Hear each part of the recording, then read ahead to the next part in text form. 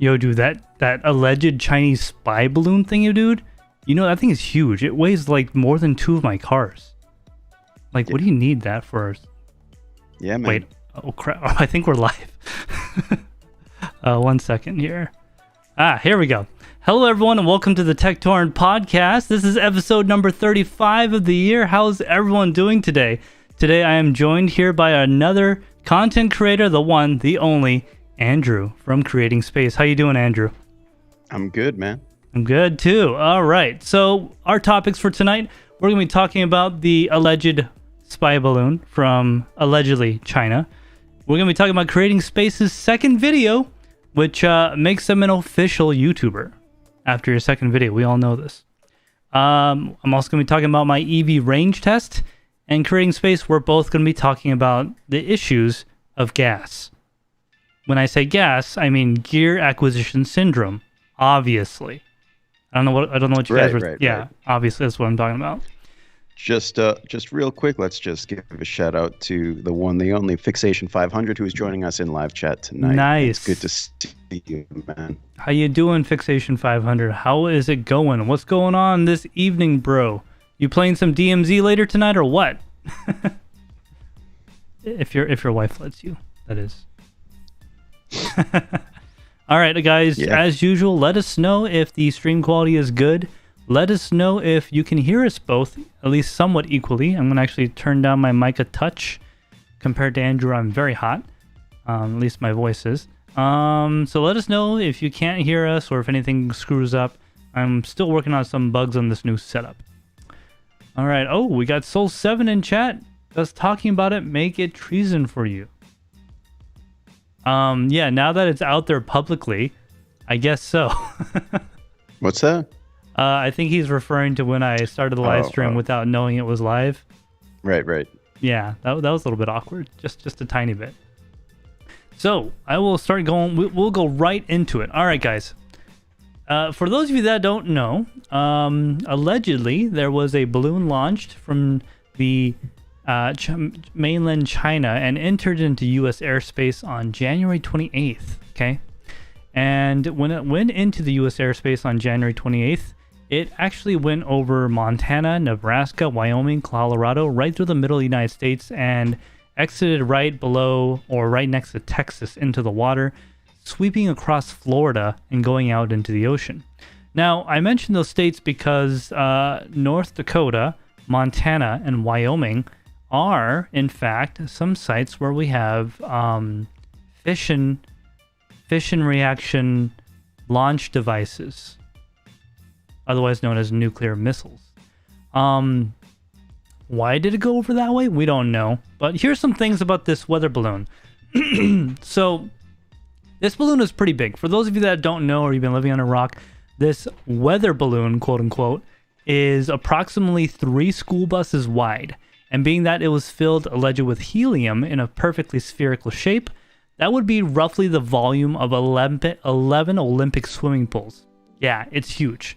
So with the calculation of roughly 11 Olympic swimming pools of volume, and it being the gas helium, which we know is constant on lifting force, with its altitude and all this other stuff, the total payload of this balloon could have been up to 7,000 pounds. Yep, guys, that's right.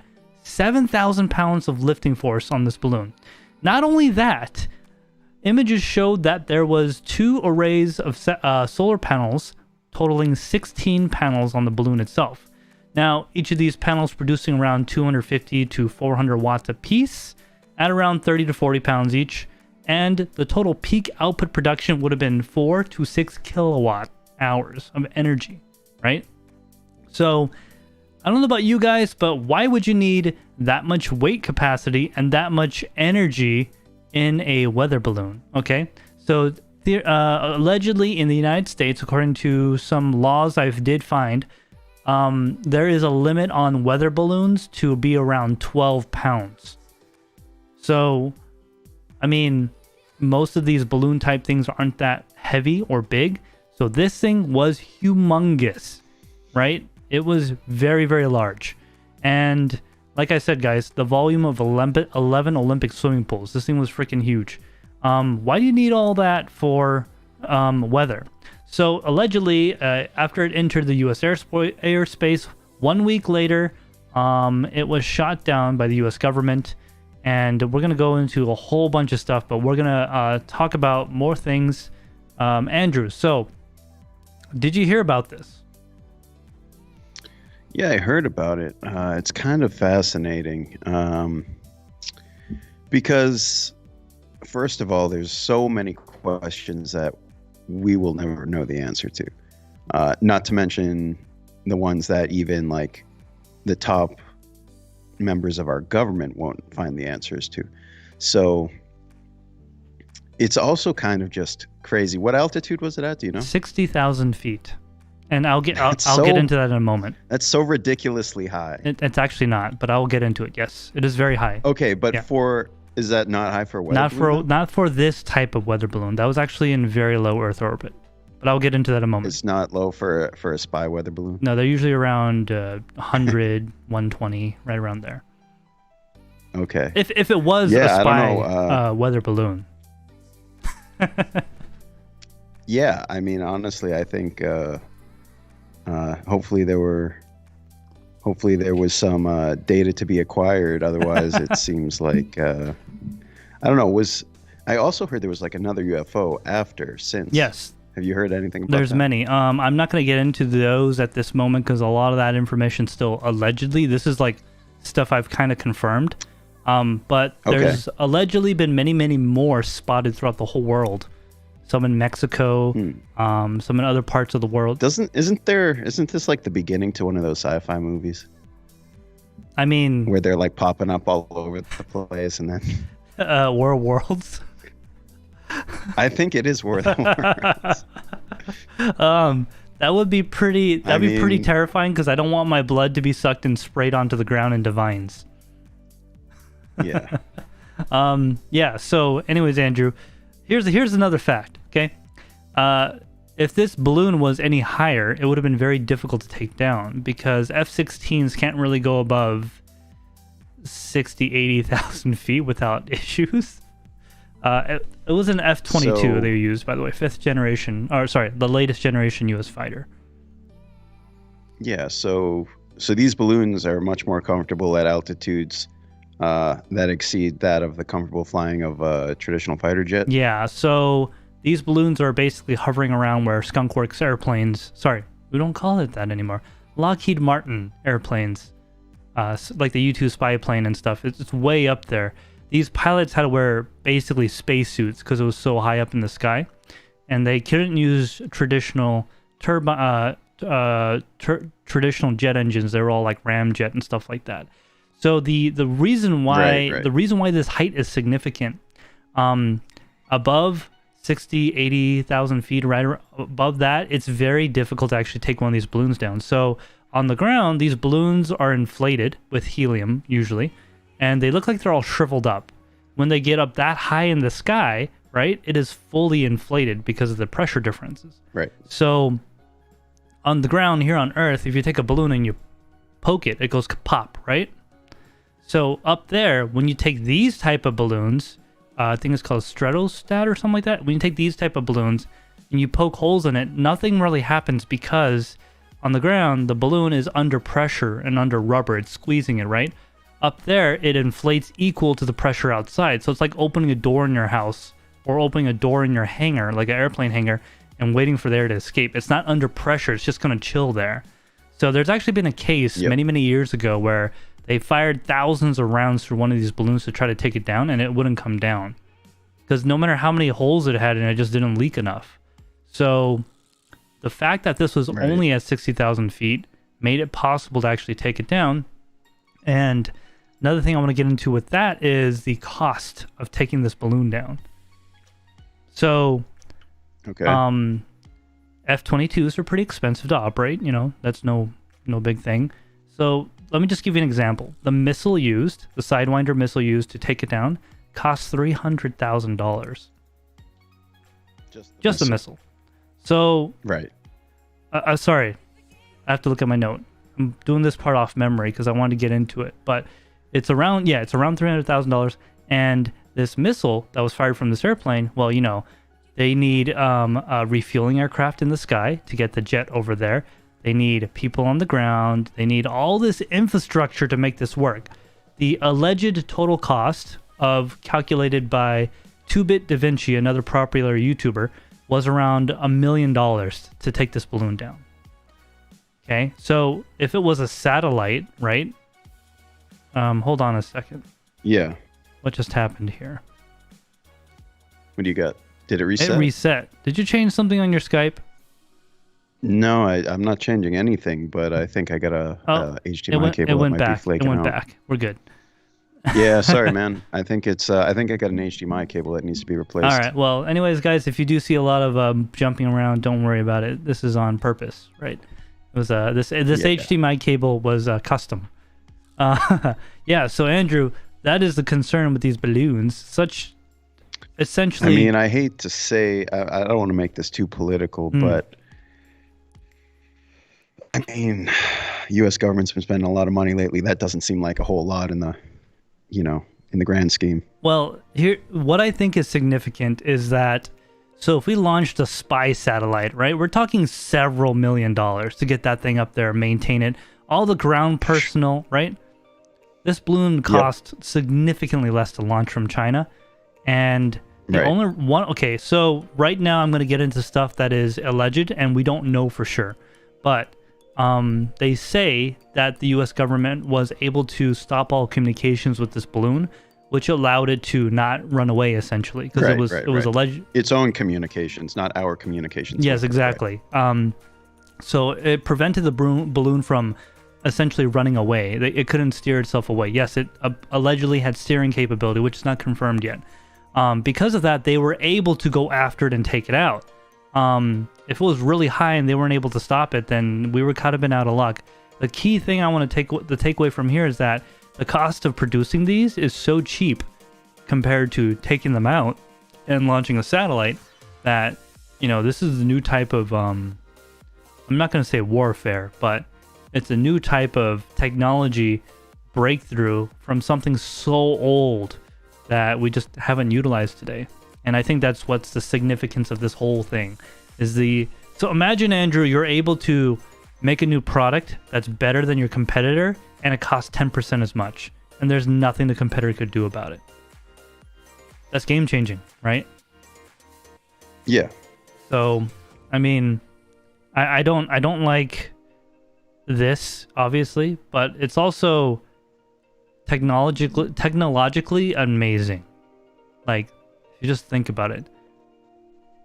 So what part of it is responsible for such low cost? So these balloons, they're not any special aerospace material. They're usually latex or just plastic, no thinner than the plastic on your sandwich bag.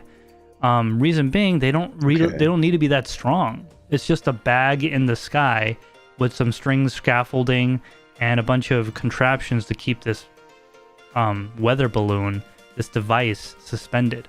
That's all it is. You don't have to launch a rocket. You don't have to engineer. You ever heard of, this is rocket science, right? You don't have to do any of that. It's basically getting a hot weather balloon, hot air balloon, or not hot air, but getting a helium balloon and just launching it and just letting it do its thing, and you could steer it remotely. Okay. That's what I would say is the significance. Let's take a look at chat real quick, and we'll finalize this balloon stuff. I just wanted to talk about it because it is technology related, and I think, I personally think that because of stuff like this, we're gonna see more balloon stuff. You mind just cutting to you for 1 second? I'm gonna reseat my HDMI cable. Yeah, sure. All right, so Andrew has gone off screen. He's gonna go around, mess with his HDMI cable. Of course, it's working perfectly as soon as he left, but now it's not. All right, guys, let me just take a look at chat real quick, catch up. Let's see. Wow, you guys been going like crazy. Okay. Soul7 says aliens, baby. Mars attacks. That was that's the show where they played loud music and it like killed the aliens, right? Bacon, egg, and hash. More like beginning of an Austin Powers movie. Okay, so this is back when Andrew thought it was about the War of the Worlds. Fixation says, check. YouTube is banning me now. It won't let me chat. Well, you clearly just chatted, so I don't know what you're talking about. Are you back, Andrew? All right, let's see here. Fixation. Soul 7 says fixation 500. No, you banned fixation. That'd be pretty fun. I don't know. Can moderators ban moderators? That would be really funny.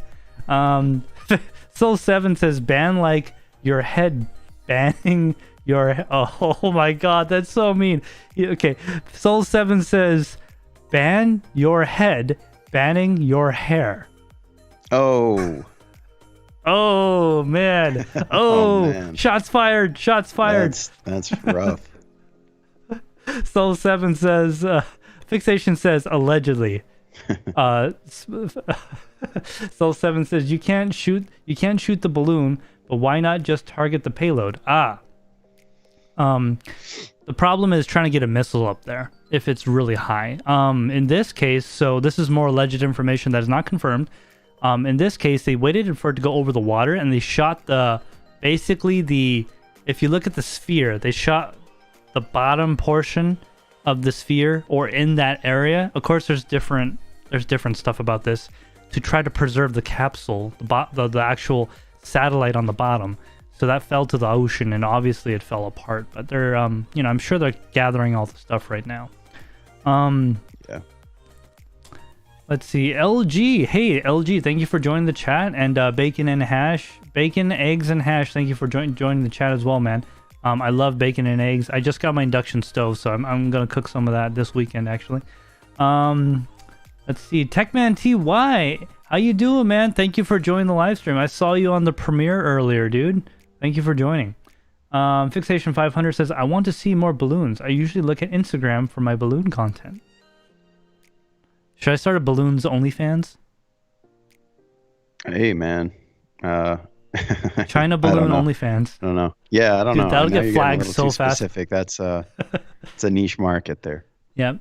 That'll get flagged so fast by the U.S. government. All right. I guess Andrew's going to be in a little square right here for a little bit. Yeah, I wish I knew what was going on. It's all right. But I don't understand why, these things happen. I am going to try a new HDMI cable next time, but this is the only one I have on hand right now. That's a topic we should get into, Andrew, and I promise you guys this was not planned, okay? This just happened, all right? This was actually a mistake. This was planned. Yeah, planned you turning into a little square and coming back. So, Andrew, you have been actually on the binge there on HDMI cable research, haven't you? Why don't you tell me about that? Well, HDMI cables are fascinating. There's different standards, there's different qualities, different brands, different styles. You got the mini, the micro, the full. You got all kinds of HDMI cables. But that's neither here nor there. Well, basically, what you want to talk about, gear acquisition syndrome? Well, first I want to talk about the fact that HDMI cables are not consistent, and then they all suck, and you have problems like what we have today. Yeah, this is like a perfect example. It's happening while we're talking. I mean, look at what it's doing. It's like so random.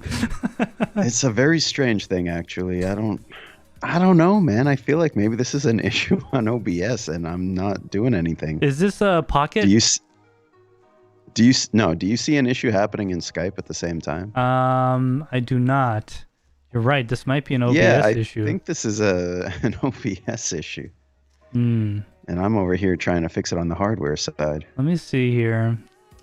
Well, whatever. We'll just go with it for now. Yeah, we'll run with it. Yeah. It's a very strange problem, though. It is We might just have to make a new scene for next time. Well, I do need to update the program, so there is that. Yeah. So let's get into your video that just came out, Andrew. All right. So the video that just came out. Let me actually find a link for it just in case. Yeah. In case anyone wants to check out my channel, I'm going to drop it in chat right now. And for those of you that don't know, Andrew is from Creating Space. He is also our TekShinji Media Group, TekShinji YouTube channel partner. So he's actually been with us basically since the beginning, and he has now gone off on his own and started stealing my content, which is great. This is definitely what we talked about when he left. And well, someone's got to do it. So. Well, I won't get into it, but someone's already done that. oh man! All right. I'll try and keep it cordial here. But yeah, no, I put out my second video this week, which is exciting because the first one's, I think the first one's a big struggle Mm-hmm. to get out because you're not sure what to do. You're not sure, you're not comfortable doing it. And then you have to know a good topic, how to be interesting to an audience. And then further, you just don't know what it's going to do. You're trying to find your creative voice. And you get the first one out, and then you kind of run into the same issues with the second video because you're still not in a rhythm. You've just got one out. So both of these videos, the first one I did was on a CPU cooler heatsink, and this one was on a motherboard. Both of them were from the same PC build. So I kind of had the opportunity in my mind to shoot everything all at once and try and get a few videos out of it. And that's proven to be effective. The issue is when you break it down and you're not doing like a build video, you're doing separate component videos, you realize you're a little short on footage, because if you're shooting one thing, you're going to be sure you get all these angles. But when you're trying to shoot a build with multiple components, you think you have enough because you've shot a lot of video, but it's turns out you can always use more footage. It's much better to have some leftover unused footage than not enough, is what I found. So that was an obstacle I found, but I am glad I got the video out yesterday morning. So I've passed my first 24 hours and I'm at like 150 something views, which I'm pretty happy with. It's outperforming the first video, and that's kind of my only metric to go on, that I'm trying to beat the previous video. But yeah, the motherboard video, guys, I would suggest you check it out. And if you're not already, subscribe to the channel because I am trying to get a video out every week. Amen to that, brother. So in the journey of trying to get your video out every week, what would you say is the biggest barrier to doing that? I think it's just settling into a groove. I would like you to look at me while you're saying that, though. I can't say it. Look deeply into my eyes. I say no, this honestly, I think it's just. I think it's like just you need to develop the routine. You need to stick with it. Sticking with it at first is hard because you're so used to not doing it. It's something new to you. So dedicating an hour every day or whatever, you need to have some sort of structure. And if you don't plan for that, it's just not going to happen naturally. So you say it's like consistency? Consistency is key, because it's, once you start doing it, if you do it every day for a month, let's say, you can stop trying to be consistent. It will just be what you do. Just be part of your natural, MO, right? Your modus operandi. But you need to choose to make that happen initially. Exactly. So, yeah, I mean, I think like anything, if you do it every day, it's going to feel like a part of you. And if you don't, it's going to feel a bit foreign. Well, I mean, it's foreign for everyone at first, right? Because it's really easy to watch a YouTube video, comment on it, make suggestions, but it's hard to actually create one. And, you really don't know until you try it, right? Yeah, so the biggest thing that I've found, the thing that I would say that everyone needs to watch out for is the idea, I can do it tomorrow. I can do that next week. I have some time next week. It's not going to be easier. But why do I feel like you're telling me that when you say that? No, it's just the truth. It's what I found. And this second video took a lot longer than I had wanted to take on it. Because of that, because of some procrastination and just not being happy with it, not wanting to put in the hours to try to refine it. Because I thought it wasn't, it just wasn't working out the way I wanted. So I was saying, I'll take some time away from it. That's not really the answer on that. Exactly. It's I would say the consistency factor is one of the biggest things, at least for me. Just put 5 minutes in every day, 10 minutes in every day, and make that 30 minutes every day. Just doing something is better than nothing. And I'll be getting into that in a moment with my EV video. But let's catch up on chat real quick. Andrew, do you mind reading chat and engaging with it. I'm gonna go off screen for just a second. All right, let's see what we got.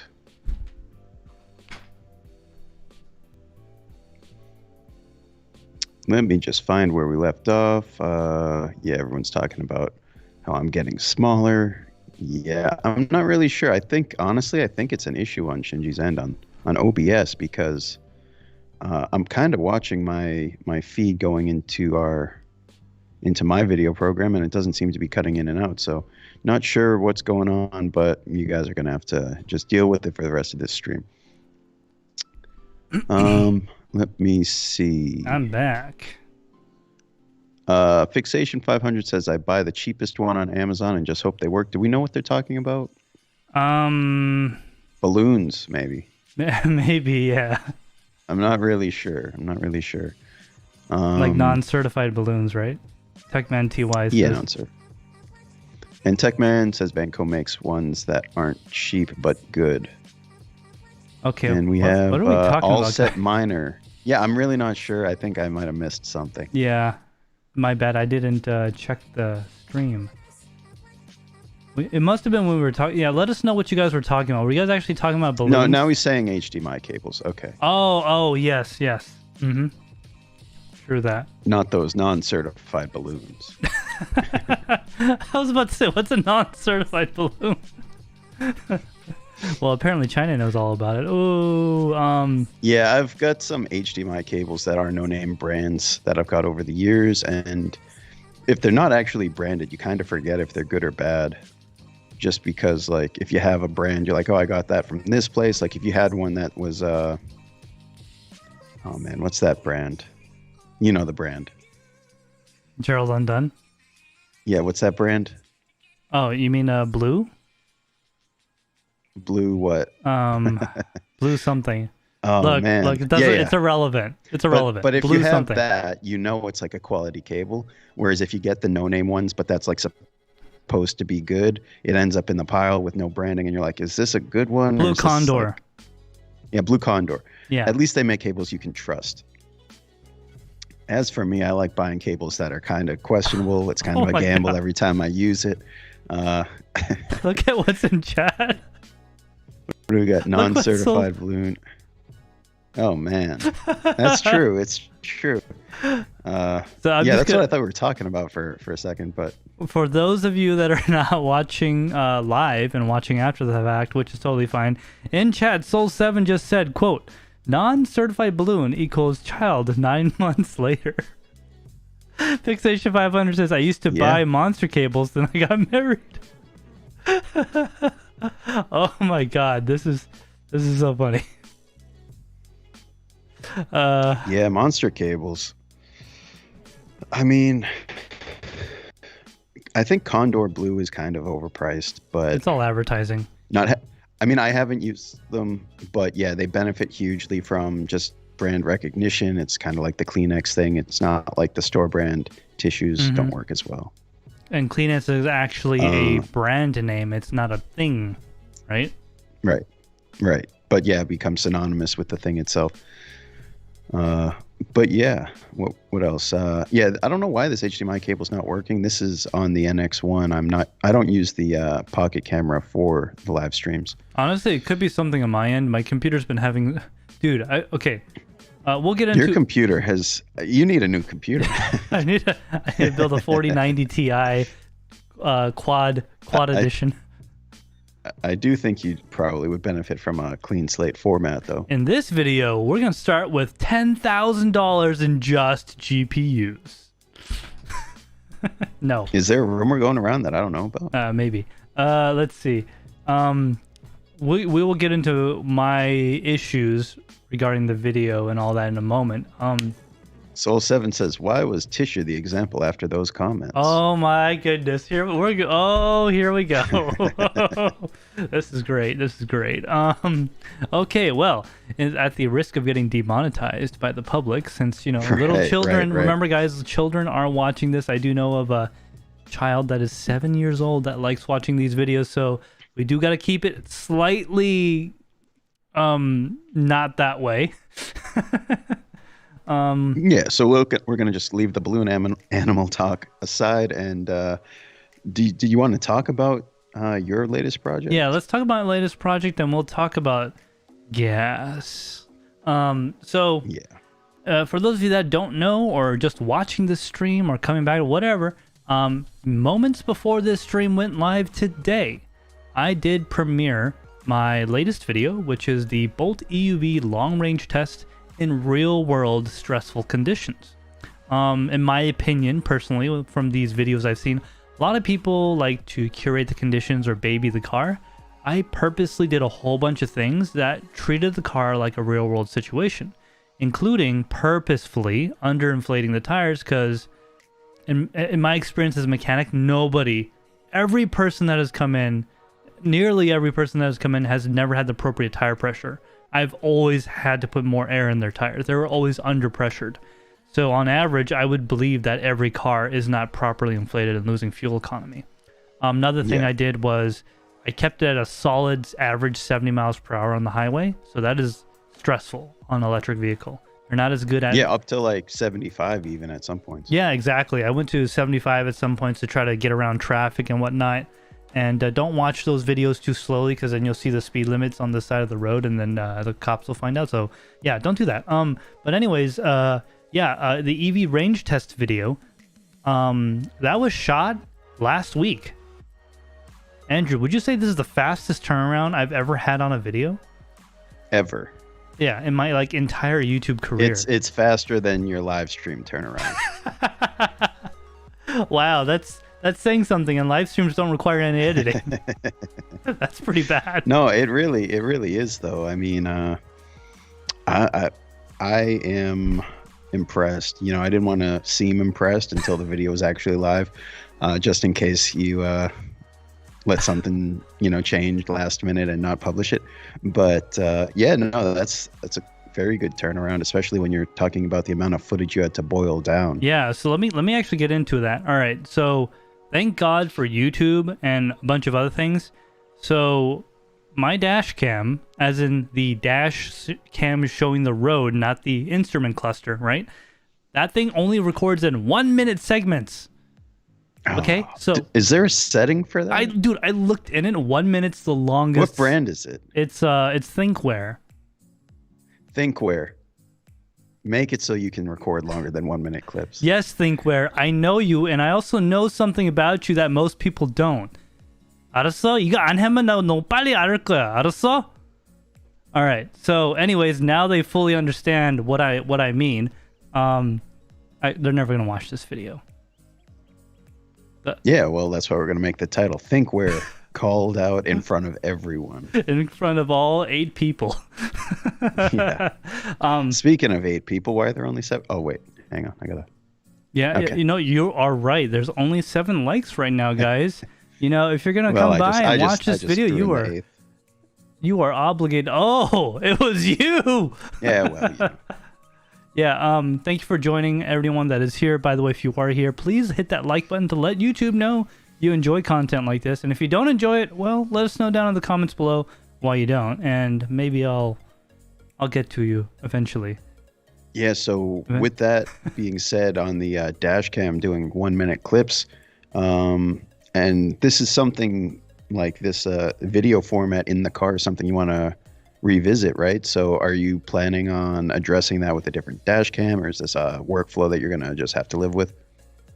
Yeah, so going forward, I learned a lot so we did that. There's a unlisted video, which if you join our Discord and you're curious about it, I'll show you. But it's basically got a thumbnail of dead bodies. And the title of the video is How to Not Get Rid of a Body. Sorry, man, I just violated so many.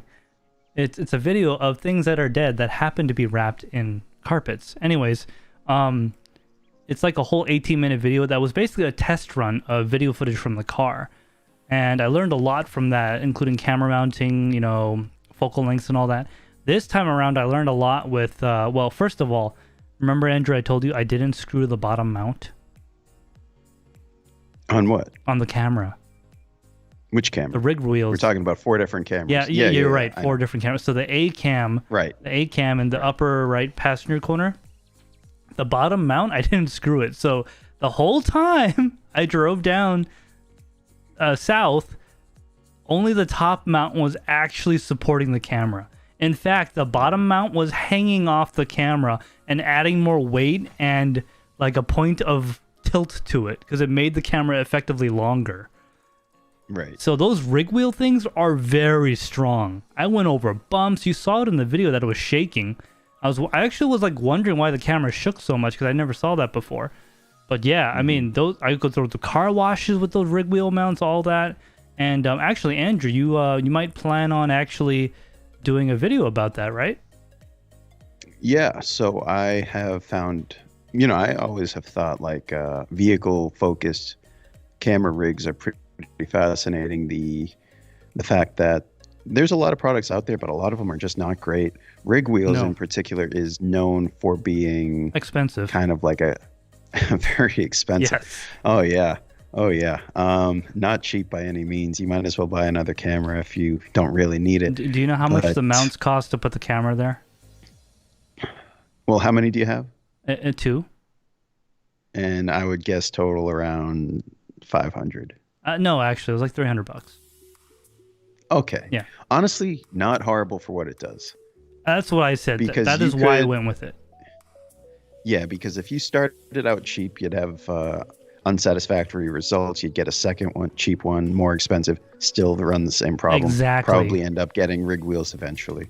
Well, I mean, okay, so sorry, but one of the things I will not ever have happen in my entire life after that one time late last year is drop a camera. Okay, I've already been traumatized so severely and cost me thousands of dollars. Well, actually only cost me $1,000. Hey, whoa. What? Nothing. Did you drop a camera? No, I was gonna say don't incriminate yourself. Never mind. I did not. I know what you're talking about, guys. I have never dropped a camera. Yeah, we've all dropped cameras theoretically. Allegedly, too. If I were to allegedly drop a camera. Anyways, I would be allegedly traumatized. So, I wanted a system that would really support the camera and rigidity was important. There's actually not very many videos on the rig wheels. Okay, I think it's because rig wheels is more. Go ahead.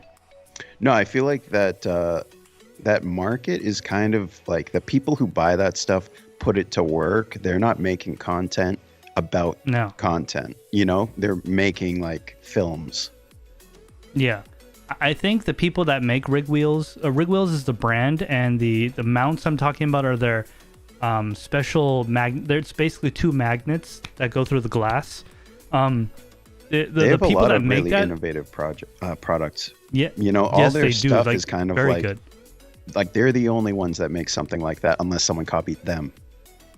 Exactly, and I think because of that, that's why they don't have a lot of YouTube videos or advertising, because it's going to industry where people already know, okay, for this movie, I'm going to quote 18 rig wheel mounts. Like it's not like something you go to Target and buy, right? It's not a consumable. It's not a consumer product. It's a professional product. Yeah. I think, yeah. Anyways, that's how, so I forget exactly who, but someone told me about rig wheels, and then I looked it up on YouTube, and I saw like one video about it, and it was actually pretty good. So that's why I went with it. Okay. Let's catch up on chat real quick. And that product isn't that old. Like, I don't think they invented that till maybe a few years ago. Yeah. It came out. So the rig wheels mount that I currently have is actually kind of new. It only came out like 5 years ago. The original version, which is slightly different in a major way though, came out about 10, 15 years ago. Came out a long time ago. The thing with the one I have is you could use your wipers on it.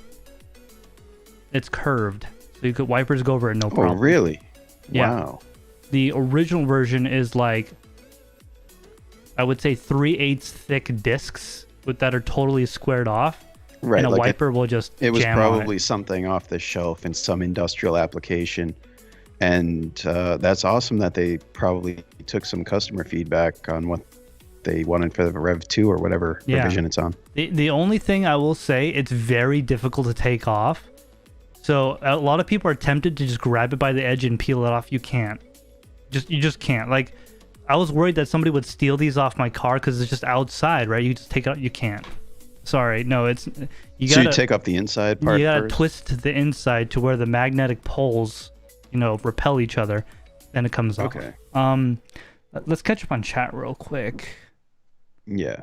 Techman TY says, I don't blame him not reading mine. Yes, we decided to slow down those readings because of people that are very young children are reading this. We don't want to do that discussion too soon. Soul7 says, let's see. Techman TY says, I need to find a rack mount case that takes an ATX board and PESU.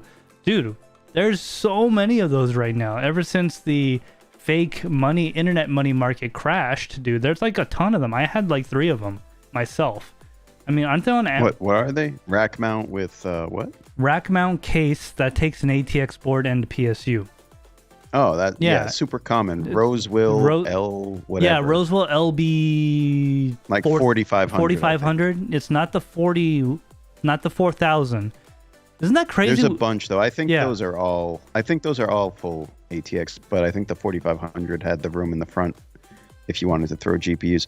But yeah, check out the Roseville cases because I honestly don't think there's new rack mount cases for any less than the Roseville ones, and they're pretty solid cases.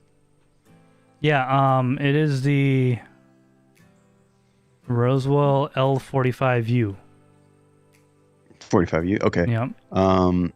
Yeah, I've seen people giving those away used in the past few months, honestly. So check out local places because people might just be breaking down rigs and trying to get rid of it. Yeah, I mean, I bought mine personally for like $50 each during the crypto crash of 2017.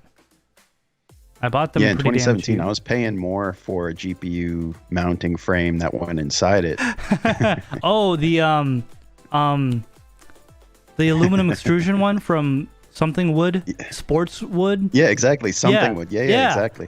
Dude, isn't that crazy? Me and Andrew have not talked about this subject in years, and it's crazy that we just did the same thing like totally independently. I'll drop it in chat. Yep. This is a link to it in Amazon. Don't buy that one, to be very clear. I'm just linking you to it so you can see what we're talking about. It's expensive. Don't buy that one. I don't know why it's so expensive. Yeah, so that's what I would recommend for that. I've used one myself. The only thing I don't like about it is that its fan mounting system kind of sucks.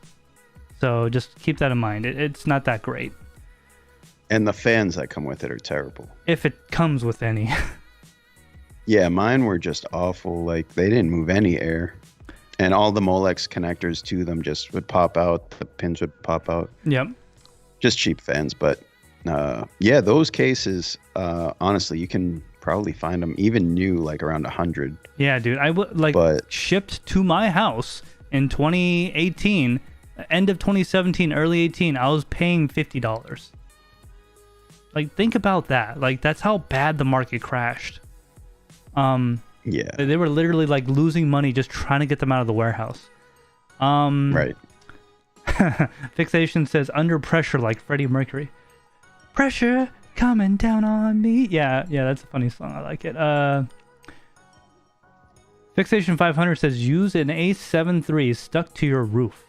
You know, they do make the magnetic mounts that go on your car on your roof. I don't trust those as much because the camera is outside the car. The one I'm using, the camera is inside the car, so if it were to have a failure, it would just fall into the car. On the outside, you have a roof rack, right? I don't have a roof rack, but I do have roof rails that can take a rack, yes. Okay, so you have something that you could anchor it to. Yeah. Like, I don't mean anchor in terms of like a fixed position thing. I mean like something like a safety strap made out of, a metal wire. Yes. So there's one piece of B-roll that I'm going to try to do with a GoPro is... So you know those shots, like those nighttime shots, so the camera is primarily focused on like the logo or like a brand name, and the car's driving around the city. You can see all the lights passing by.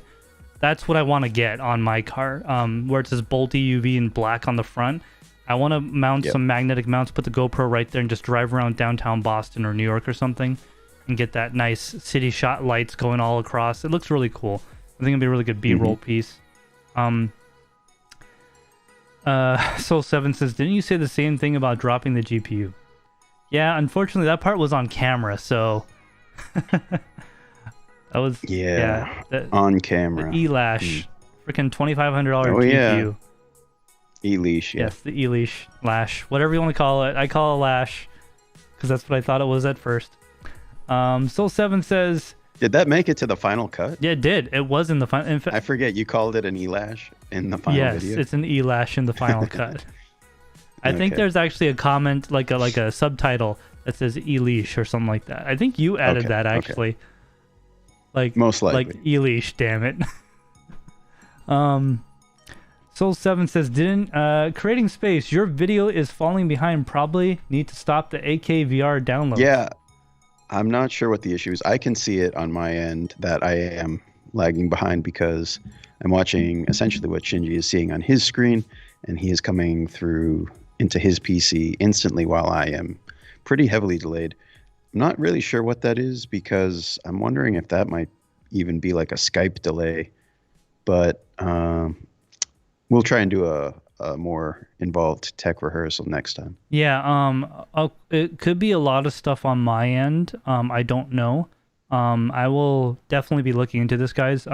Also, guys, for those of you that are watching now or after the fact, let us know in the comments down below or in live chat if you want to see a video made about how we do these streams and the immense amount of work that goes into just having it to this point. Let us know, because it's actually quite interesting. I don't think anyone actually does it this way. Right. Not like because it's worse, but because they just don't care. That makes any sense. We care. Or they just don't know. I think they don't care. Okay, but if you like Google how to do it, this doesn't come up. Oh yeah, that's a very good point. Yeah, we had to literally like create all of this to stream in 4K. Well, I wouldn't take that much credit. Well, no one else does it. We had to figure it out, right? We had to create it. It's origin idea, I think. Yeah. For us, at least. Yeah. Yeah, there are like streaming on Discord is just not great. So, dude, I learned so much. I mean, imagine if we were doing that. I would look like you would just look like a puddle of goo. You would look like two pigs. You look like Tetris. Like okay, that must be his nose. Yeah. Oh, snap. We got Junkie Cosmonaut in the chat. Junkie Cosmonaut, how you doing, man? Also, thank you for being a loyal follower. That is why you have that purple fish right next to your name, and your name isn't green. Thank you so much. Soul7's already a mod, so he has a purple fish next to him, but his name doesn't change in color. Thank you for joining the live stream, that's man. unfortunate. Yeah. He should get special treatment. Dude, I wish, like, YouTube would, like, do something about that, because it doesn't change anything. It just adds the purple fish logo next to his name.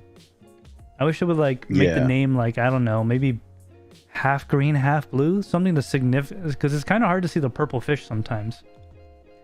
Yeah, it is. Well, that is also the Gen 1 logo, so I gotta fix that. Make it into the Gen 2 logo, which is the one you see down right below me, right here. That's the Gen 2 logo. Oh, the green one? Well, so in the Gen 1 logo, the fish is actually a lot skinnier, and proportionally, the circle to the fish was much bigger. This one... And the purple logo that is your channel icon is the second one, right? That is Gen 2, yeah. Okay. What I mean by Gen 1... It's just the... It's just the members logo is Gen 1. Yeah, the members logo is Gen 1 right now. That's why the fish looks so microscopic and the purple seems so much bigger. Yep. Yeah, so... sorry, we kind of went off on a tangent there. All right, so let's move on to the next subject of the night. So yeah, that was stuff. Well, actually, just real quick. Yeah. What was like your biggest takeaway of shooting that video? Oh. Whether it's from insight into your own car or insight into the method of filming a video like that, what was your biggest insight? Oh, dude, this is not a one-word response. This is gonna be like a couple of sentences. I understand. Take your time. There's more than one insight. Okay, the biggest insight that shocked me that I didn't know was just how poor of performance I was gonna get. I was thinking I would get at least 150, 140, like max, right? But no, I got like 127. Okay. Yeah. So at most, right? At most, like that was gonna be the you are stuck, you can't move anymore. You stopped around 110? I stopped at with about 10 miles left of range, yes. But after having gone how far? 117. Okay. Yeah. Yeah, I mean, I guess I'm not that surprised. I'm a little disappointed. Like, I honestly thought it would do better. Let's call it what it is. You're probably not going to see a day that cold in the next 5 years.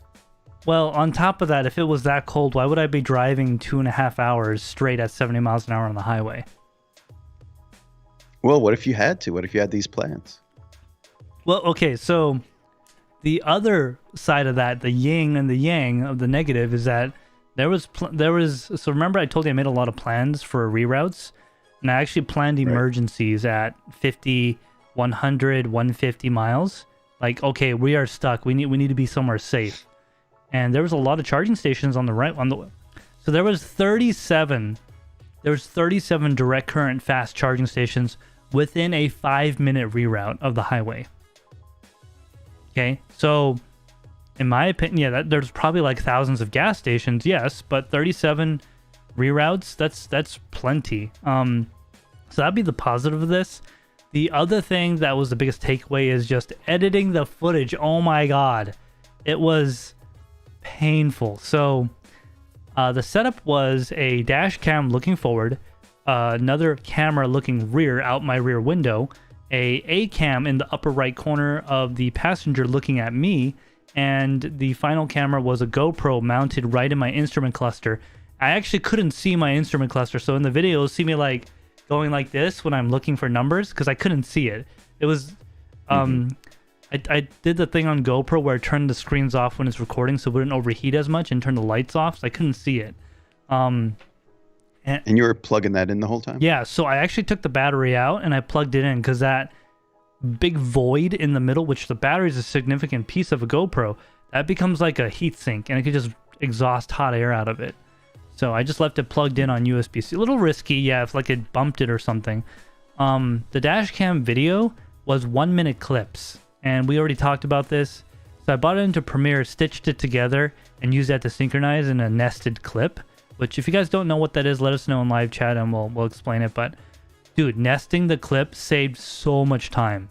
Like an insane amount of time. Imagine having to scrub through those 3 hours, 180 clips. Right. Yeah. So I guess my biggest takeaway was, I know what I need to do next time for filming is to let since the dash cam is rolling all the time by itself, also let the GoPro roll all the time all by itself. That way they're both exactly the same. Instead of having all these little pieces, I gotta figure out where they go. Well, how big of a micro SD card would you need for the GoPro to make that happen? So right now the GoPro has a 256 in it, and that will get me up to 4 hours. Okay, that's not bad at all. I mean, I could get probably more than 4 hours if I lower the resolution and all that. Because honestly, now that I've done this twice, the first video is unlisted, so let me know if you want to watch it. Now that I've done this twice, 1080p on the GoPro would be totally fine. I don't have to record 4K 60. If you put out a 4K video and it ends up taking up a quarter of the screen, it's already full resolution. Exactly. So like, I'm not gonna ever really make it full screen. I might zoom in on like the battery meter or the range, but even at that, oh yeah, this is the other big takeaway. I can't figure out how to get the GoPro to focus on things that are close because the aperture is fixed, right? It's one of those cameras where it's an infinite focal range. Right. Yeah, you might just need to play around with where the minimum focus distance is, and mount your camera a little further back or something like that. Yeah, it got better when I went backward or when I narrowed the lens because it's got an artificial. I know some people. Oh, you can. You mean narrow it in the menu? In software, yeah. It's not physical. Yeah, okay. I know some people will do, like, if they're trying to shoot the dash, they'll mount it to the window. Huh? They'll mount it to the driver's side window on like a suction cup. And then like angle it? Right. So ideally, okay, this is probably like a little bit like big brain stuff. Okay. My dash does not have any physical dials of any kind. Not even, it's a LCD display. All right. How come I can't just like plug in a USB-C and just record that output? You know what I mean? Is it an actual screen It though, is. or is it like is it multiple screens? It's one flat screen. It's a 7-inch screen. That's all it is. Well, I mean, if we're being honest, you probably could if you wanted to get really creative with soldering. Because if it's just getting a video feed, I'm sure you could tap it. Oh, But, get a splitter. it's probably not a splitter. I mean, I think it's probably using specialized connectors. It's probably, but and I think as far as It's probably just far like as I a know- little laptop connector or like a little DVD player connector. you think that until you realize that everything in that car is on CAN bus. Oh, crap. Yeah. CAN bus. I'm not going to talk about that. CAN bus is... Yeah, let's not talk CAN about CAN bus bus. is- That's a never-ending CAN conversation. bus has failed me. Sorry. I'm just going to say that. Anyways, moving on before we open up a whole can of worms. Yeah, I wish I could just record that output. Because I want that, like, Top Gear... sorry, it's not called that anymore, right? It's called the Grand Tour or whatever. Well, you can't call it that. Yeah. Top Gear's this other show. Yeah, I mean, it's a totally different show. Sorry, my apologies. When I was watching the Grand Tour, right, they had these really nice, like, straight-on shots. It looks like they mounted a nice camera in the driver. I don't know how they got it. I, like, tried watching, like, behind the scenes, because you need to turn the wheel still. And, like, it was a real live shot, because you saw the sun moving as, like, in relation to the scene. Like, I don't know how they did that. I want to get that. This nice, straight-on, not angled, super sharp, clean dash shot. Because I think it's really important. There's a lot of information there, you know what I mean?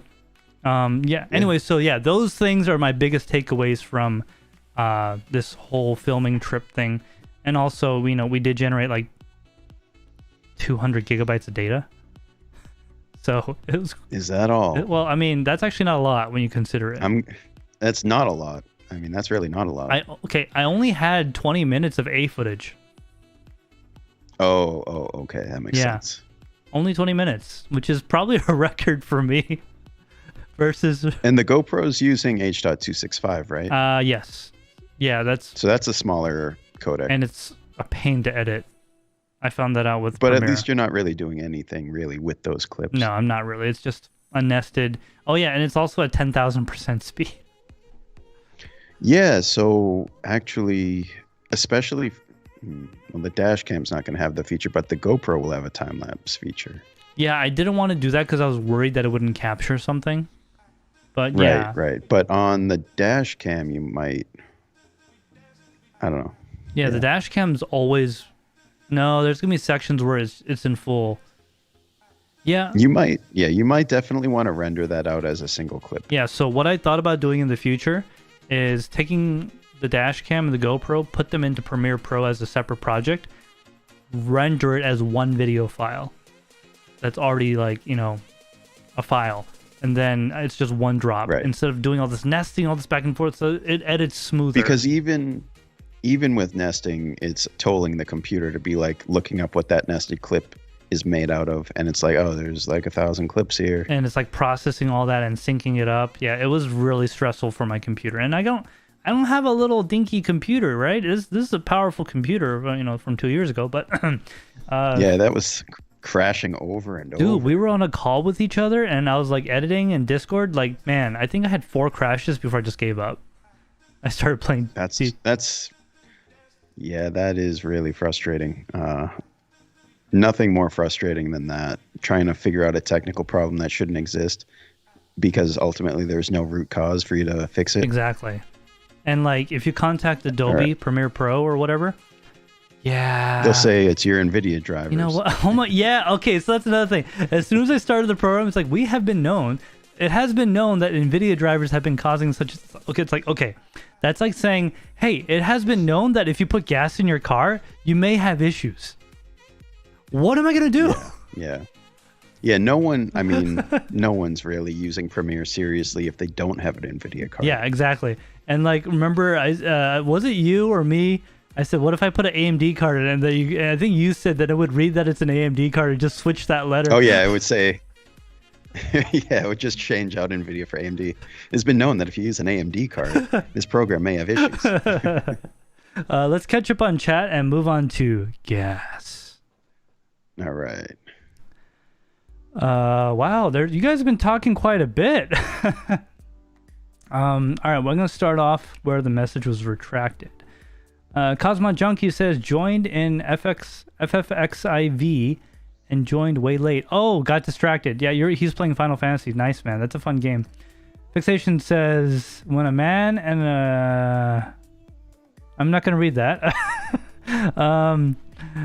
Junkie Cosmonaut says, they are actually overhauling the graphics in an upcoming patch to keep it semi-modern. Oh, I think he's talking about the game. Final Fantasy. Oh, Soul 7 says, wait, what? TekShinji says he doesn't need to record in 4K? Exclamation point, question mark? Imposter, says Junkie Cosmonaut. Then Techman TY slides in and says, over here watching in 480p. That's great. Well, for the long form content that you put out, I mean, that being pretty standard length, but like the stuff you want to be on your channel for a while, it is useful to have it be referenceable or like even relevant years to come. And unless you're using a high resolution, that becomes an issue. 720p isn't going to cut it, and 1080p is like, it really depends, because most 1080p doesn't look that good. If you're using like a production camera, broadcast camera that shoots 1080p, it has that look and it's pretty good, but it's not going to have that tack sharp that we just have come to know from. Yeah, because with our smartphones, people expect like these over sharpened images, even though they're not realistic. Yeah, they suck. They actually do. I think, I'm sorry, but I really hate artificial nonsense.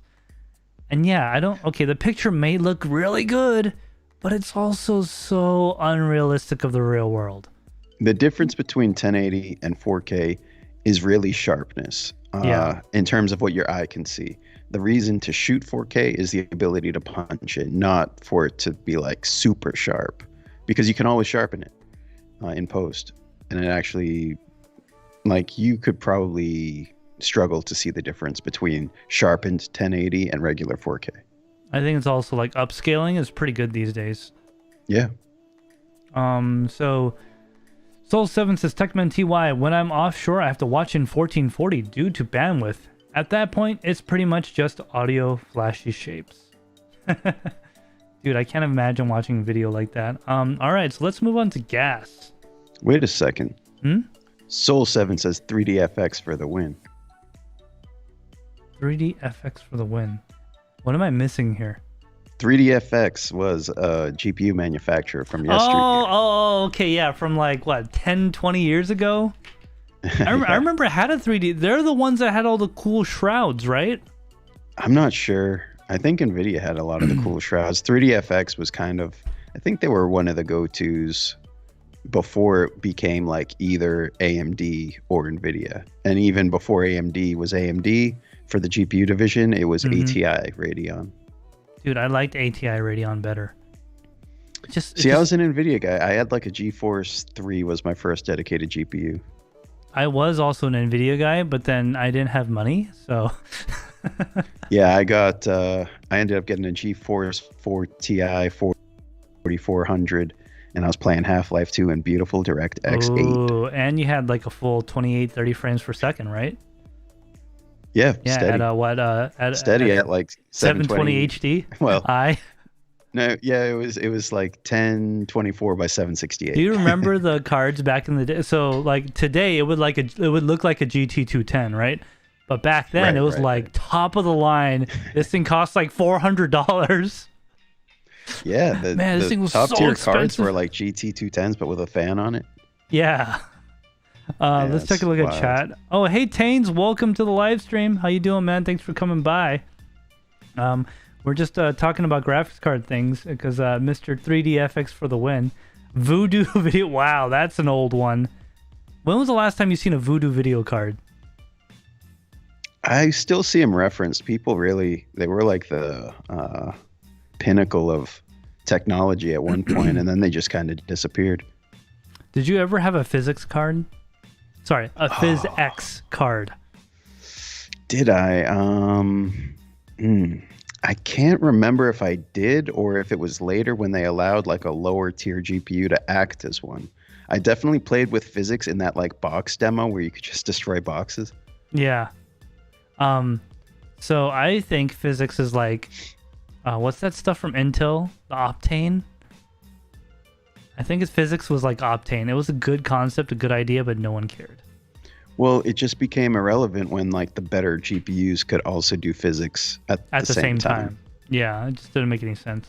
Like, why have Optane when you could just go buy a Samsung NVMe drive that's faster anyway? Right, exactly. All right. Gear acquisition syndrome. You want to kick it off? Yes. So for those that don't know, gear acquisition syndrome, as Andrew has said, otherwise known as GAS, is a very, very common thing that happens to almost everyone at some point in their lives, especially those like me and Andrew in the content creating space, whether it be photography or videography. Gas basically haunts us all, and we all have our own stories about gas. The best analogy I could say is like when you're getting into a new hobby and you think buying stuff will make you better. It can, yeah, and it will eventually, but only if you know how to use it. Right. My biggest example is getting into photography. I started with, a Sony a6000, right? And I did pretty good with it. Then I bought a G Master 2470 full frame lens. I put it on that thing. Yeah, bigger than that camera. It was literally bigger than the camera. Like, it looked like a little pocket camera, this fat lens on it, because the mount was the same and we were both compatible. And man, I just was like, dude, this isn't cutting it. Now the body needs to be bigger. It's just then I got a Sony A7. Sorry, no, I got Sony A3 for pictures. And then I was like, yo, I need an A9. I gotta have an A9. And then of course, then the A9 got surpassed by the Sony A7R4, and that's where I am today with this thing. This is the R4. And now the R5 has come out, so I'm obviously going to need that, Andrew. Otherwise, I won't be a good YouTuber, right? What just came out? The R5. Oh, man. I don't really follow high megapixel cameras. Yeah. The R4 had a long life, though, didn't it? Dude, it had like 4 years? I mean, I guess the video cameras do too, but I feel like when the video cameras come out, they're like already anticipating the next one. Dude, so when the A7S III came out, people were kind of disappointed. Well, the thing is with the A7S III, they usually come out somewhere near like the new A7 III, and people are like, well, you should just get that for video because it shoots video almost as good. You know what I mean? A lot of people advocate to get the A7 III at the time versus the A7S II because it had like some new features, even though it was more megapixel and didn't have quite as good low light. I think it might have sacrificed some video specific features, maybe a log profile or something. But logically, it was like, why would you do that? Because it's like a camera that's 15 years old. Exactly. Yeah. I mean, like, so when the A7S III came out, that was probably the longest runtime on the A7S II. Like 10 years. You know better than me on the Sony ecosystem. Are they coming out with an A7S IV? Sure. And like, I don't know. Actually, no. So let me rephrase that. They skipped the Sony A7S IV, and you know what they released instead? The FX3. Say it. That's kind of my point. Like, are they going to keep that video focused hybrid style body? I don't think so. I mean, you can't make a graphics card that has 2 megabytes more than the last graphics card and charge $2 more and go listen. 3090 versus A6000. What?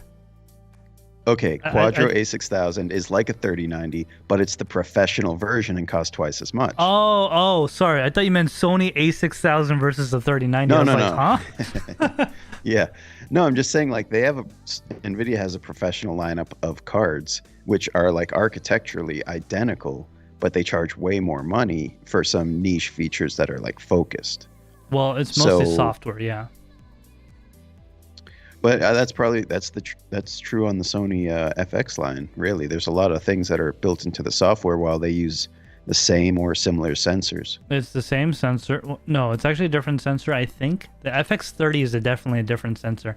Yeah. The one thing nice about the FX3 versus the A7S3 is they got rid of the viewfinder completely, which allowed for a lot of room for ventilation. So there's actually like active fans in it. It's kind of nice, quiet too. Right. Yeah, so I think it's to be determined if they come out with another A7S. Dude, can't they just make like... I want them to take the FX3, right? Because the FX3 is basically A7S3 with the top chopped off. That's all it is, okay? I want them to take that, and... So I want them to take an FX3 and take an FS6, which an FX6 is like a loaf of bread, like half a loaf of bread, and combine them and make a baby, and make a camcorder. I don't know, man. I don't know.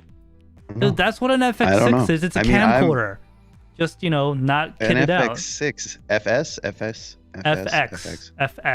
FX6.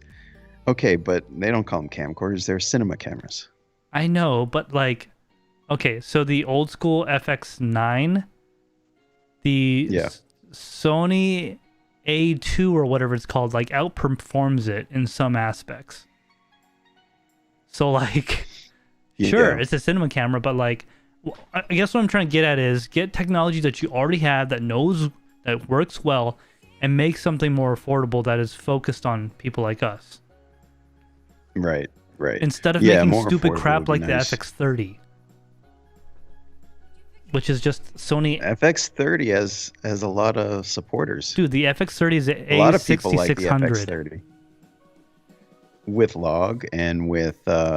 What else does it have? High-speed video, I think. Yeah, sure. It's got it got a faster scan speed and Yeah, better rolling shutter. And a magnesium body. 10-bit. So here's a funny thing. The FX30 and the FX3 have the same body. Right. It's not even smaller. Well, it's already small. No, it's not. I mean, compared to the FX6 6000, no, it's not. It's huge. Okay, but for a cinema camera... Sure, if we're going to call that a cinema camera, yeah. It's like, I don't know. The target market... is YouTuber. You should be happy with that because that allows you to pretty much mount it anywhere. Yeah. I mean, it's the same size as this. The body. Right. That's it. Right. So, I mean... and it's set up like it has a quarter 20 mounts. Yeah, on top, bottom sides. So Andrew, it's kind of like it's already in a cage in some sense. Exactly. Knowing me, you know what I would do if I got an FX30? I think you can guess. Drop it. Oh, man! Come on, man! It's too soon. Sorry, which man. I've never dropped, by the way. Obviously. So if I got an FX30, I would make it into this camera. Oh, come on. The thing is, you'd need a super wide lens. No, I don't. This is using equivalent 24. So. Yeah, but what I'm saying is to have an equivalent 24 in the FX30, you need a 16. Yeah, dude, they make a 16 Prime. From Sigma. It would be only $400. Yeah, it's only $400. Yeah. All right, guys, I know we've been chatting for a lot. So, Andrew, what is your thing with gear acquisition syndrome? All right. So, since the last live stream that I was present on, that I got a Blackmagic Pocket Cinema Camera 6K G2. Yes. And you got all this stuff for it, and half of it didn't work. Well, actually, no. Let me. Why don't you explain that? Because you haven't actually told anyone here yet. What part? What part? Remind me. Okay, so almost everything you told me regarding how you're disappointed about something doesn't work with something because you misread it because that was your fault and you should have known that it was too good to be true. Okay, but do you have a specific? Because I'm sure you're right, but I just forget.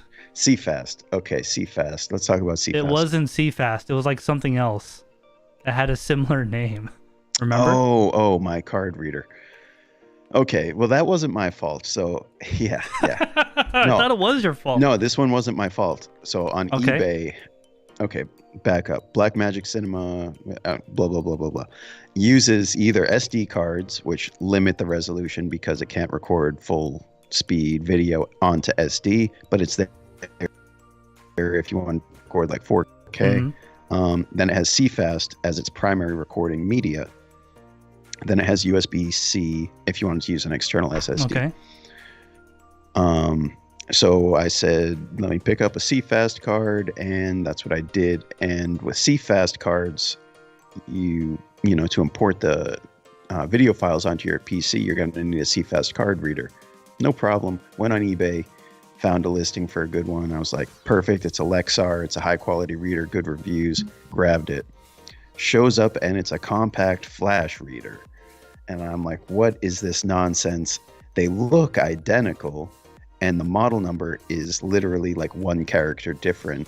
And the seller just made the mistake of like mistyping it maybe, or they probably typed it in right. And eBay was like, do you mean it's this? And he was probably like, yeah, that's it. So I ended up with a compact flash reader instead of a CFast reader, which means I can't move my video files to my PC at the moment. I ended up actually... You can't just plug like a USB-C into the camera? To move data? Yeah. Does it not allow that? I don't know. Dude, it should allow that. Yeah. It's like such basic... It's like having a USB on it. Okay, but why... But I don't want a $2,000 CFast card reader. I mean, it's better than not being able to use your files at all. All right, here's what I did, though. Oh, here we go. No, so CFast uses the same architecture or protocol as SATA. Okay. Yes. Whereas CF Express uses like PCI Express. So I got this, which is a CFast to SATA adapter, basically. Wow. So if you look at that, the CFast card goes in, and then it gives you just a SATA. And to read SATA drives, I already have like a USB SATA adapter, if that will focus. Yep, I have one of those. You know what I mean? I have one of those, especially those pesky crypto miners. So that allows me to read the CFast card with like a $10 adapter instead of like $50 CFast card. Oh, reader. That's actually really smart. Yeah, it works out. It works well. Wow. I mean, it's not as elegant looking, but yeah, it definitely is a lot cheaper. It gets the job done. Yeah, exactly. And I'm actually not going to be using CFast as my primary media source because I got that CFast to SATA like memory card thing that lets me use SATA SSDs on the camera. Can you do full write output that way, or does it have to be internal storage? What do you mean? So like on my A7S III, I can dump onto the Ninja pretty good, but to record in certain formats, it won't let me do an output. It has to be internal recording on that really fast card. Everything is internal on this. It's HDMI caps at 1080p. The HDMI out caps at 1080p? Yeah. Yes. It's not for external recording. It's not. I mean, it wasn't designed that way, so it makes sense. It does. It is a cinema camera. It does 6K raw internal, 12-bit. That's nice. So yeah. Dude, what's the external recorder gonna do? It's not gonna do that. Dude, well, you were telling me some specs on this camera. What was it? Something crazy like a gigabyte a second or something? I'll pull it up, but in the meantime, I'll read chat if you want. Yeah, read chat. So while Andrew's looking up these insane specs, let's take a look at chat because I haven't looked at it in a little bit. Yeah, Tane's is still here. How you doing, man? Soul7 says, "Creating space. I have a GeForce 3 sitting in a computer next to my desk." Tane's. That's awesome. Yeah, Tane says, "You can't call me out like that. You don't know me like that. All lies." I'm not exactly sure what that was referenced to. I must have missed something. Yeah, I don't know what we were talking about. I should read chat more often. My bad. Soul7 says, "Please smash that like button if you haven't yet." Yes, please, guys. Let's smash that like button. We got 11 likes. That's pretty good. Thank you very much for smashing those like buttons. We're in the last portion of the stream. After the stream is over, we're definitely going to be playing some Warzone, playing some video games, things like that. If you're watching this after the fact, guys, we do have a Discord community linked in the description below. And it's a great community because we got water cooling, we got stuff about electric vehicles, obviously. And of course, we got the Andrew. And when you have the Andrew, it's always better, no matter what. It's a lesson I learned a long time ago. All right. Tane says, reference to the gas.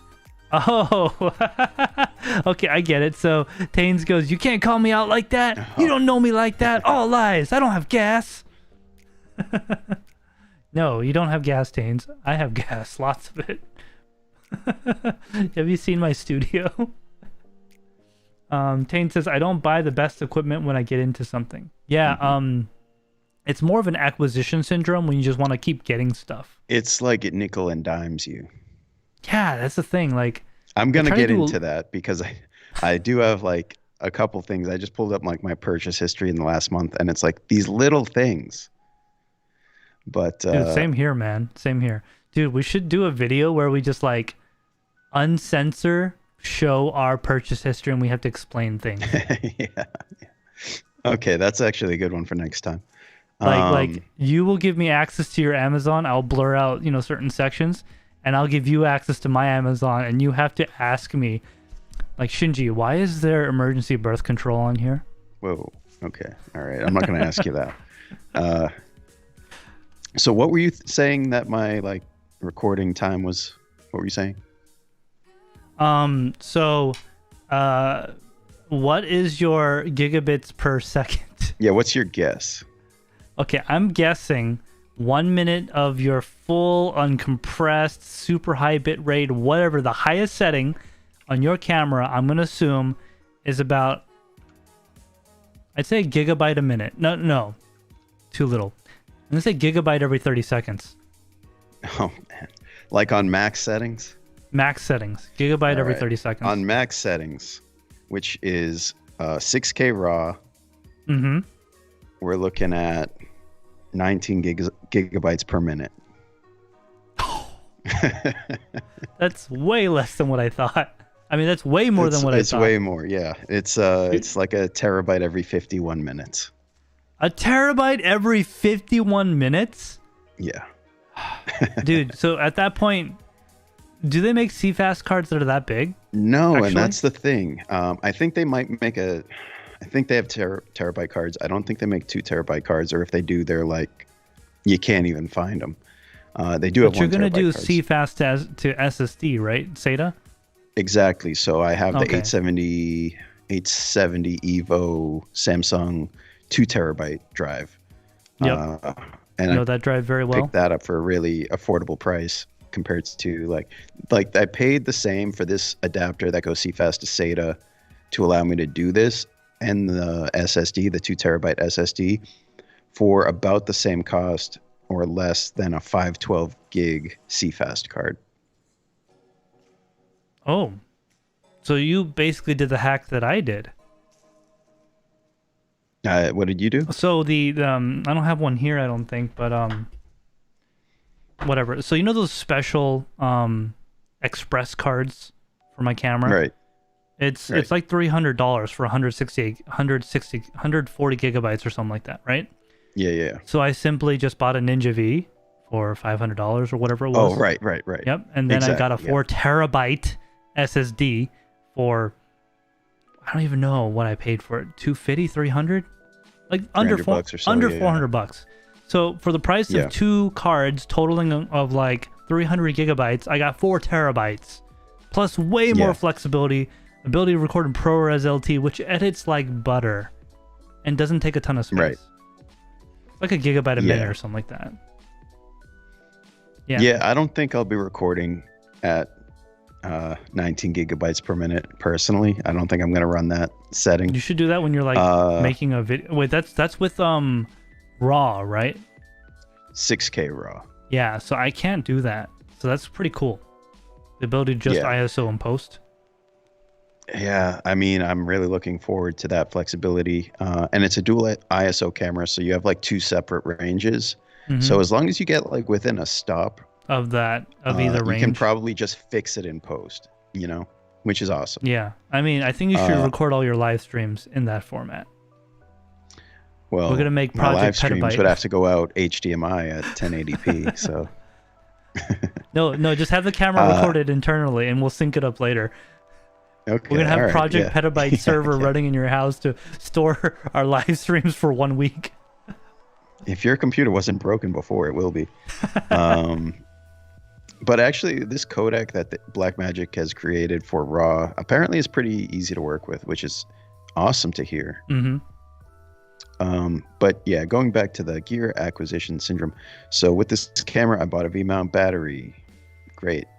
That's one more thing that I had to pick up because the runtime's not so great. Mm-hmm. But it does take power over USB-C, and it also has a 12-volt, like 2-pin Barrel power connector? connector. So you could, yeah. So that's going to be going in from the V-mount, Okay. which means I'll get like 4 or 5 hours of runtime. Oh, with that yeah. setup. Okay. So it's like the V-mount battery with a bunch of outputs on it with different voltages. Yeah, okay. It's got the D-tap. Yeah, Yep, the yeah. D-tap. It's variable voltage. Mm-hmm. And then I ended up getting a cage, which I found one used on eBay. How much? Ended up getting a cage for like $41 shipped. Not bad. And it's a small rig cage. It's Okay, like yeah, $100 all right. cage on Amazon. Mm-hmm. I don't have my small rig cage here, but I love them. Yeah, just to be able to mount extra stuff, because I have that, like I said, that CFast to SATA adapter that needs to mount somewhere. I'm using the DJI 3D Focus, which needs to mount somewhere. And speaking of mount somewhere, I ordered a small rig like cheese plate,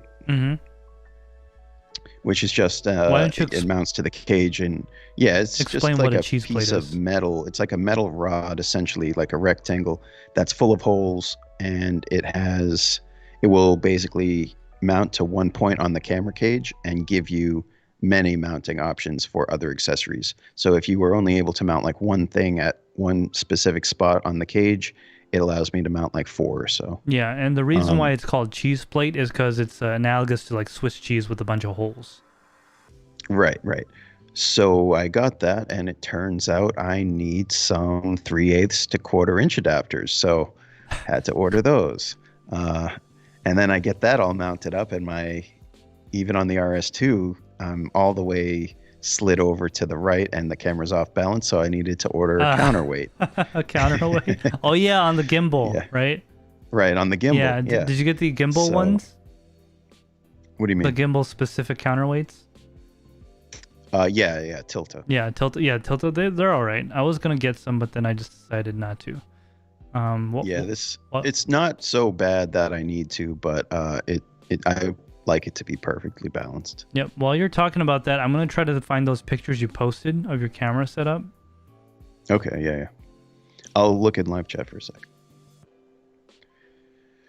Let's see. Golden Wolf says, wow, still live. Yeah, we're what, 2 hours in, an hour and a half? About an hour and a half. Yeah, still going strong. All right, I'm going to... Oh, yeah, there it is. You see it? Okay.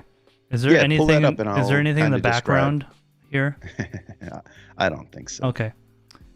Looks okay. All right, guys. This is what Andrew is working on. Yeah, so that's the camera. Oh, and I'll talk about that lens issue that we were talking about last week. So that's the camera. It's on the DJI RS2 3-axis gimbal, which is keeping it stable, but also it allows me to use that thing on top with the wire going to it is the focus motor. This camera does not have active autofocus, but the DJI RS2 has what they call optionally 3D focus, which uses a LiDAR sensor to determine the depth or distance of an object in front of it, and communicates with that focus motor to set the focus of the lens. So you're basically turning manual focus lenses into an autofocus lens, which is really cool, actually. And yeah, it took me some time to figure out how to get that working, and I'll explain that in a second. But yeah, I mean, it's all these little pieces that kind of come together for the full thing. And I think I'm pretty close to it being done. Pretty close. What's that thing on top here? That's the CFast to SATA storage adapter. Okay. So that's what allows me to use a 2.5-inch SSD And the camera, as far as it knows, is that it's looking at a CFast card, Okay. which means I keep my USB-C port available, which can get triggers from the gimbal, or in this case, it will get it from the Ronin app when I'm using the Raven Eye. So while we're on that subject about the lens, So I can why don't you go into... So I can remote start stop with that. Yeah, why don't you go into the issue you had with the lens on this camera, which I will now put on the screen. Ooh, wow, you're on top of it. I just gotta put you on the spot, man, because Hey, you're doxing me. You're showing all the programs I use. You're showing that I leave notifications up on my Discord. Yeah, there we go. I don't know what you're talking about. All right, so basically, this is the lens I might have talked about on the last stream, but I got it from Amazon Warehouse. Yeah, you did. And it is it's a cine lens, which means that it has a declicked aperture, which means it doesn't click. You can just adjust aperture nice and smooth. You don't see any you don't see it changing rapidly. You can do a nice gradual change in aperture. But it was, or rather is, a Samyang, oh man, I'm going to get the name wrong, but it's like a V DSLR Mark II, which is the latest version of that cine lens. It goes for like $650. I got it on Amazon Warehouse open box for under $200. It's a 35 millimeter f, or rather T 1.5. So you might be wondering why it's in pieces. So it turns out, as I was setting up the focus motor on the gimbal, you have to tell it like where different focal points are. So you have to calibrate it. Wide focus. You have to calibrate the lens from like infinity focus to close up, etc. And as I was doing that, I was realizing if I turned it clockwise and set it to a certain point, kept going, and then turned it back counterclockwise to that point, it would be out of focus. And I'm like, what is going on? It turns out something inside was damaged. And I'm not sure if this was dropped, but as I Googled, it actually turns out it's really common on these Samyang / Rokinon lenses, which have the same manufacturer, that they have like some looseness to them. Mm-hmm. And on the sensor side, you could actually see like the glass part, like basically the assembly inside, you could see it move up and down if you turn the lens upside down. Mm-hmm. And you could hear it if you like shook it. And I'm like taking it apart. I'm like, what's the worst that can happen? It's already broken. I got a broken lens on my hand. Yeah. And I'm looking around, and as I turned it upside down and I heard it like making those noises of the assembly moving, I could see a couple screws that would also like kind of move and then kind of like angle out as if like a screw would do if it was loose. So I ended up tightening up those screws. There were two of them, one on each side. And sure enough, the assembly doesn't move at all anymore, and it's tacked sharp in both directions. So I'm really happy that I was able to fix it, because it means I still got a lens at that price, versus if I sent it back, I was going to have to get a new lens. Well, also on top of that, you got what you needed for significantly reduction in price for like little work, right? Like, yeah, honestly, it was I what, kind of like went into this. Yeah, I went into this not knowing anything about lens repair, and I just went in really cautiously, did some Google searches, which none of them had like really described fixing this the way I did. Some people would take apart like the whole lens and make some adjustments, and I'm like, I don't want to do that.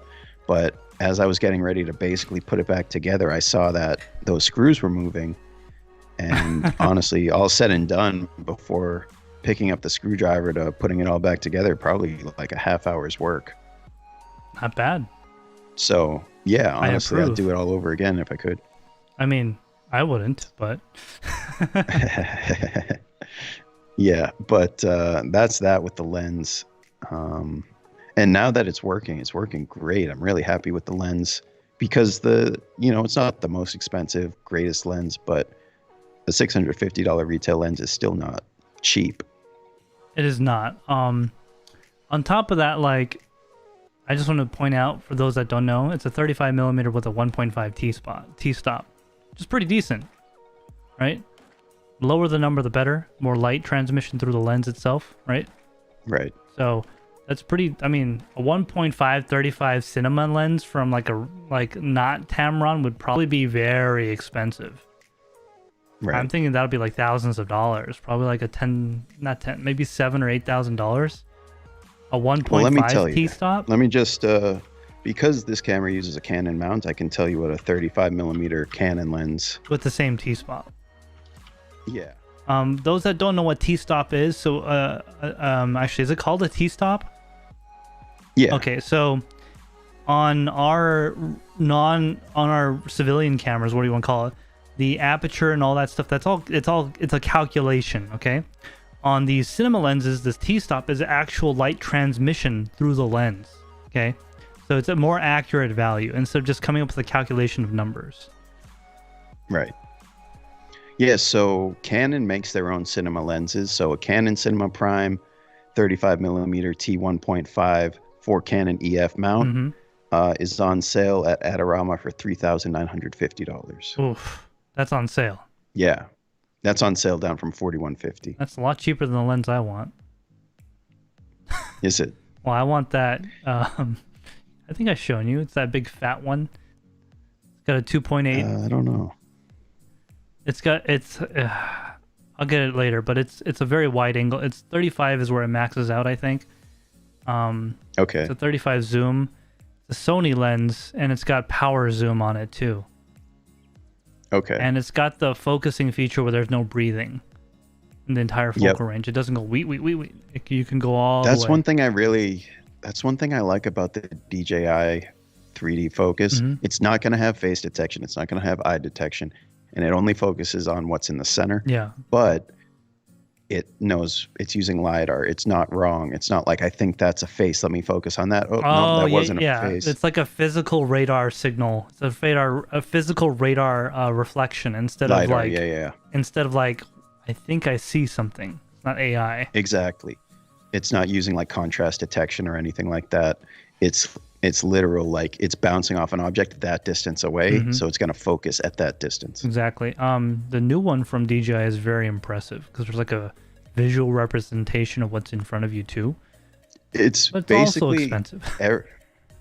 Well, yeah, it basically addresses all the issues that I have with this one, which are not really issues, but rather just omissions of features. So like being able to select different points on the screen rather than being just center. It focuses at a greater distance, which this one is limited to a certain amount of range. What's the range? Before it is just, it varies. I think it's like about 15, 20 feet. Oh, that's not bad for YouTube stuff. Unless you're outside. Oh yeah, it's totally fine for me. It's totally fine for me. But yeah, that new one is like $650, and it's an accessory for the DJI RS3 gimbal, which is already a pretty expensive piece of kit. It's what, $1,200? For like the Pro bundle, yeah, something like that. Oh wait, it's an RS3? Yeah. You know what that means? What's that mean? My RS2 is for sale.